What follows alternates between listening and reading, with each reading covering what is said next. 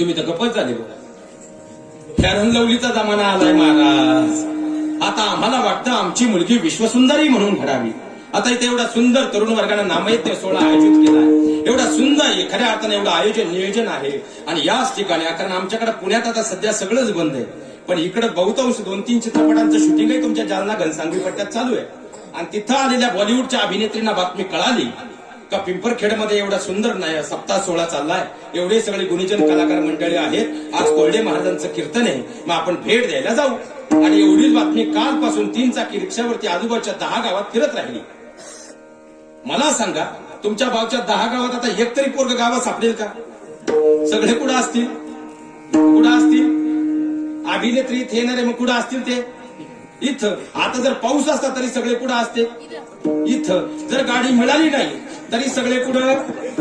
इथं. मला तर आता प्रश्न पडलाय ते बसतील कुठं? पण इथं एकच विचार करा महिला मंडळ, मी तुमच्या मुलासारखं आहे.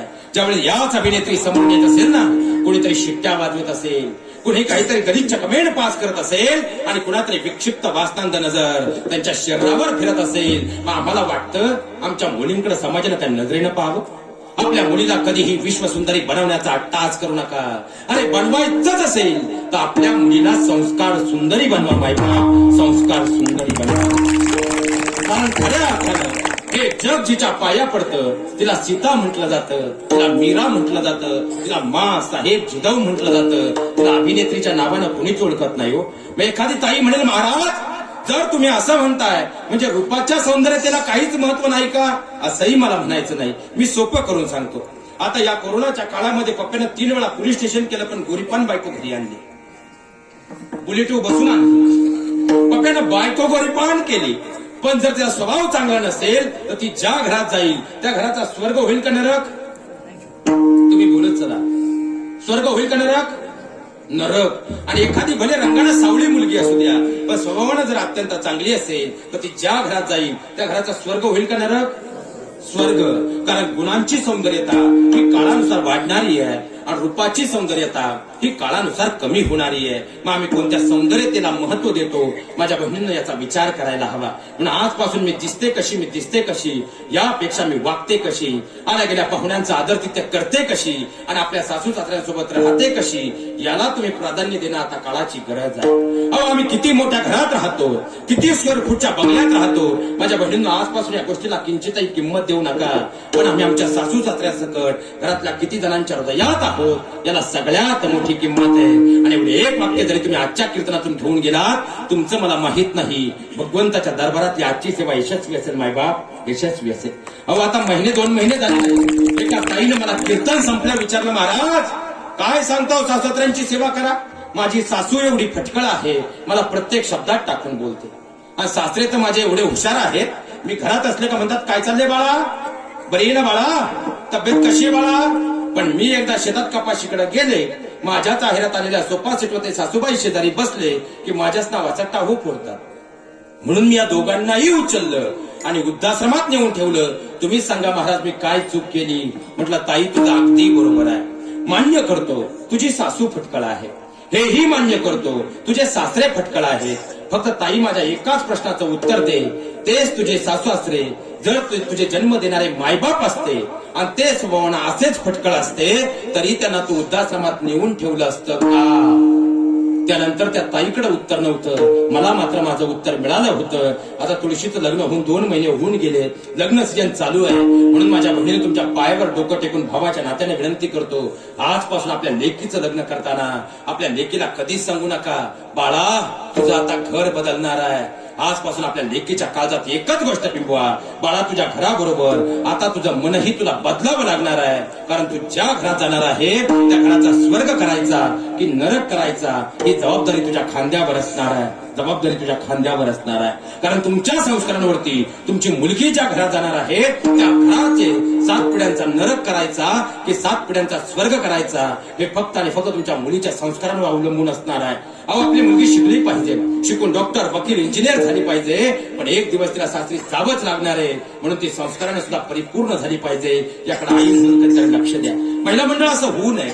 पण आज कीर्तन संपल्यावर जर तुमच्या भावाचा फोन आला आणि भाऊजाईनं फोन करून तुम्हाला सांगितलं आजपासून तुमच्या आईला म्हणजे माझ्या सासूला मी सांभाळणार, नाही, तुम्ही तिची सोय करा. तुम्ही यांना झोपू द्याला आज रात्र. ओ तिने मला लहानाचं मोठं केलंय. ओ तिने मला कष्टानं वाढवलंय. निघाली सकाळी पिंपरखेड बुद्रुक मधून गाडी, आली संध्याकाळी सासूबाई घरी. मग इथं एकच विचार करा माझ्या बहिणींनो, जिने दुसऱ्याच्या बांधावर 200 रुपयानं काम करून तुमचा नवरा घडवलाय आणि ज्याने दुसऱ्याची शेती अर्धीनं करून तुमचं सासर घडवलंय, ते सासरे तुमचे आई वडील होऊ शकत नाहीत का? म्हणून हात जोडून आज तुमच्या पायावर डोकं टेकून तुम्हाला विनंती करतो, माझं कीर्तन पटलं नाही, मरेपर्यंत मला तुमच्या गावात बोलू नका. पण आज तुम्हाला हात जोडून विनंती करतो, कारण तुमच्या मुलीच्या संस्कारांवरती एका घराचा स्वर्ग किंवा नरक होत असतो. म्हणून आपल्या लेकीचं लग्न करताना पहिल्यांदा तिचं मन तिला बदलायला सांगा, त्यानंतर तिचं घर बदला. कारण तुमची मुलीचं स्वर्ग सुखात खऱ्या अर्थानं संसार सुखाचा होईल, पण तिचं सासर सुद्धा खऱ्या अर्थानं आनंदानं मोहरून जाईल. हे सगळ्यात मोठी वस्तुस्थिती आहे. आता सुनबाईला बोललं का सासूबाईला जरा बरं वाटतं, पण सासू नावाचा प्राणी सुद्धा एवढा सोपा मी बोलत नाही, तुम्हीच बोलताय, एवढा सोपा नाही. पिंपरखेडची सासू ब ब ब ब ब तिच्या पप्प्याचं लग्न झालं, तिने निम्म्या गावात भांडणं लावली. काय तुमच्या सुना, काय तुमच्या सुना, माई सून नक्षत्र आहे नक्षत्र. सगळ्या आधीच्या घरातल्या सगळ्या सुना सांगत थांब तू 6 महिने, ती तुझीच नक्षत्र बदलीन तेव्हाच तू जाग्या होईशी.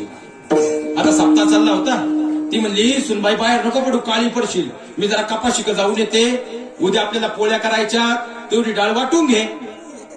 गेली सासूबाई, पिंपरखेडची होती, गेली शेतात. आली अर्ध्या तासानं, तिने फक्त घरात डोकून पाहिलं बा, पण घरात नाही गेली. सुनबाई दिसना आणि डाळीच्या तप्प्यालाही दिसना. पिंपरखेडची सासू होती ती, घरात नाही गेली. ती परत निम्या चौकात फिरून आली. काय तुमच्या सुना, काय तुमच्या सुना, माई सून नक्षत्र आहे नक्षत्र. 15-20 मिनिटात डाळ वाटली, आली घरी. पिंपरखेडची होती ती. गुणाची ग माई सुनबाई, गुणाची गुणाची.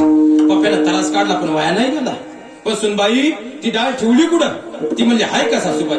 मला वाटलं तुम्ही हुशार असाल, तुम्हीच म्हणले डाळ वाटून ये. आता या खेळीला डाळ वाटून आली, आता कुठं घरात डाळ राहते बाई? तेव्हा तुम्ही जागेवर आले. तुम्ही सोप्या नाहीत ना. बरं, माझं बोलणं इथं बसलेल्या एखाद्या सासूबाईला जर वाईट वाटलं असेल तर फक्त तुम्ही सगळ्या इथं बसलेल्या सासूबाईंनी फक्त काळजावर हात ठेवून मला खरं सांगा, तुमची अपेक्षा आहे ना, तुमच्या येणाऱ्या सुनेनं तुम्हाला आई म्हटलं, मोठ्यानं बोला, आई म्हटलं, पप्प्याचं लग्न करायचंय ना, मग मोठ्यानं बोला, आई म्हटलं पाहिजे, आई मानलं पाहिजे. आता मागच्यांच्या डोक्यात वेगळी खटकी चालली, आत्या म्हणलं पाहिजे, आत्या आत्या आत्या. आता आत्या आता आधी काळजात बसली म्हणजे आई. मग तुमच्या सुनेनं तुम्हाला आई म्हटलं पाहिजे, आई मानलं पाहिजे. मग जर सगळ्या बसलेल्या सासूबाईनं तुमच्या अपेक्षा आहे, तुमच्या येणाऱ्या सुनेनं तुम्हाला आई मानलं पाहिजे, तर इथं बसलेल्या प्रत्येक सासूबाईनं काळजावर हात ठेवा आणि भगवंताची शपथ घेऊन खरं बोला. कारण धर्म मंडपात आहात, तुमची अपेक्षा आहे तुमच्या सुनेनं तुम्हाला आई मानलं पाहिजे, पण खरंच तुम्ही तुमच्या सुनेलाही तुमच्या जन्मदात्या मुलीचाच दर्जा तुम्ही दिलाय का? आपल्या मुलीला जर गोल चपाती बनवता आली नाही तर आपण तिचा हात पकडून तिला खऱ्या अर्थानं चपाती गोल बनवायला शिकवतो. पण सुनेकून चपातीचा नकाशा चुकला, आपण थेट तिच्या आई वडिलांचा उद्धार करतो. आपण खरंच तिला आपली मुलगी मानतो का? आपल्या मुलीकडून एखादी चूक झाली तर सगळ्या पिंपरखेडला तमाशा नको, म्हणून घराचा दरवाजा बंद करून असेल तो विषय आपण घराच्या आत मिटवतो. पण सुनेकून एखादी चूक झाली, आपण शेजारच्या घरी जाऊन तिच्या नामाचा गजर करतो. खऱ्या अर्थानं आपण तिला आपली मुलगी मानतो का? माझ्या बहिणीनं स्वर्ग नरक पुढे वरती नाही तो, त्याची जीवनात कधी अपेक्षाही धरू नका. स्वर्ग आणि नरक म्हणजे तुमच्या घराची 2 दारं आहे. ज्या घरामध्ये सासू सुनेच नातं भक्कम आहे ते घर म्हणजे स्वर्ग आहे. तिथं सासू सुनेच पटत नाही ते घर म्हणजे नरक आहे. महाराज, मी स्वतः सायकोलॉजीचा प्राध्यापक आहे. कमीत कमी रोज 10 केसेस आम्ही हँडल करतोय. अहो, तुमच्या अवघ्या 4-4 वर्षाची लेकरं आहेत महाराज, पण दरवाजात 1-1 तास आज उभी आहेत का? माझ्या आईकडे गेलो तर माझ्या आजीला राग येतोय, आणि माझ्या आजीकडे जर मी गेलो तर माझ्या आईला म्हणजे माझ्या मम्मीला राग येतोय. कारण काय? तर काहीतरी वाद झाला म्हणून 3 महिन्यापासून आई ना आजी बोलत नाही. महाराष्ट्रातल्या 4 वर्षाच्या लेकराची जर ही अवस्था असेल, तुम्हीच उत्तर द्या. इथं उभं राहून मी कोणतं मोक्ष आणि अध्यात्म सांगायचं? सगळ्यात मोठा प्रश्न आहे. महाराज, तुमच्या घरातला हा करता माणूस दिवसभर शेतामध्ये नोकरीमध्ये राबतोय. अरे, कोरोना आल्यापासून हप्त्यांचे कसे फेडायचे, आणि मुलीचं लग्न डोळ्यासमोर आले कसं करायचं, अनेक प्रश्न आहेत त्याला. दिवसभर तो आपल्या विचारांमध्ये, मग तो जर विचार संध्याकाळी दमून भागून घरी आला ना, खऱ्या अर्थाचे बनियान घामाने ओली चिंब असते, आणि तो जर आईच्या जवळ जाऊन बसला तर बायको आपल्या मैत्रिणीला फोन करून सांगते, आमचे हे तसे चांगले पण जरा आईचे गुलाम आहेत. तो बिचारा दमून भागून संध्याकाळी घरी आला आणि तो जर बायकोच्या जवळ जाऊन बसला तर आई शेजाऱ्या पादरांना सांगते 200 रुपयाने दुसऱ्याच्या बांधावर काम करून याला वाढवलं, पण काल बायकोने आली तर बायकोच्या पदराखाली गेला. शेवटी तुमच्या दोघींच्या भांडणाला कंटाळून तो म्हणतो आईचाही पदर नको आणि बायकोचाही पदर नको, तोच ती आपली जिंदगी हे चला कट्ट्यावर.